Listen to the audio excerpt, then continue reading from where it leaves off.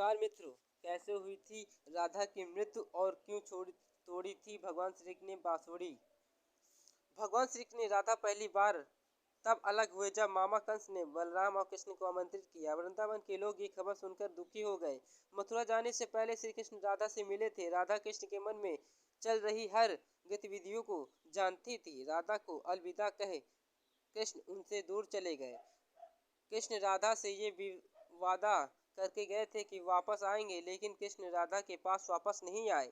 उनकी शादी भी रुक्मणी से हुई। रुक्मणी ने भी श्री कृष्ण को पाने के लिए बहुत तपस्या की थी।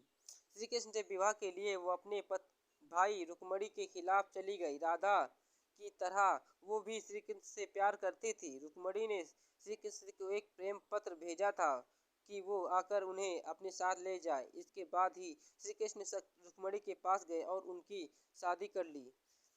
कृष्ण के वृंदावन छोड़ने के बाद से ही राधा का वर्णन बहुत कम हो गया है। राधा के और कृष्ण पर आखिरी बार मिले थे तो राधा ने कृष्ण से कहा था कि भले ही वो उसकी दूर हो जा रहे हैं, लेकिन मन से कृष्ण हमेशा उसके साथ ही रहेंगे। इसीलिए बाद में मथुरा गए और कंस और बाकी राक्षसों को मारने का अपना काम पूरा किया। उसके बाद प्रजा की रक्षा के लिए श्री कृष्ण द्वारिका चले गए और द्वारिकाधीश के नाम से लोकप्रिय हो।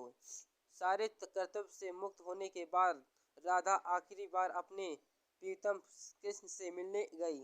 जब तक द्वारिका पहुंची तो उन्होंने श्री कृष्ण के रुक्मणी और सत्यभामा से विवाह के बारे में सुना, लेकिन ये दुखी नहीं हुई।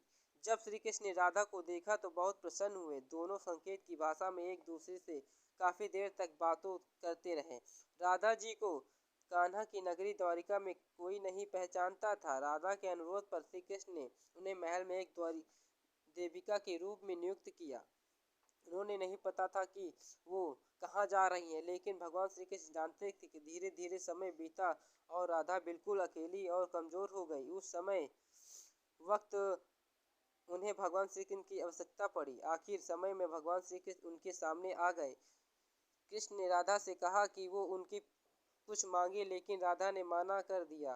कृष्ण के दोबारा दरबार करने पर राधा ने कहा कि आखिर बार उन्हें बांसुरी बजाने देखना चाहती हैं। श्री कृष्ण ने बांसुरी निकाली और बेहद सुरीली धुन में बजाने लगे। श्री कृष्ण ने दिन रात बांसुरी बजाई जब तक राधा आध्यात्मिक रूप से कृष्ण की विलीन में नहीं हो गई। बांसुरी की धुन सुनते सुनते राधा ने अपने शरीर का त्याग कर दिया। हालांकि भगवान श्री कृष्ण जानते थे कि उनका प्रेम अमर है, बावजूद के राधा की मृत्यु को बर्दाश्त नहीं कर सके और कृष्ण ने प्रेम के प्रतीक अंत को रूप में बांसुरी को तोड़कर झांसी में फेंक दिया।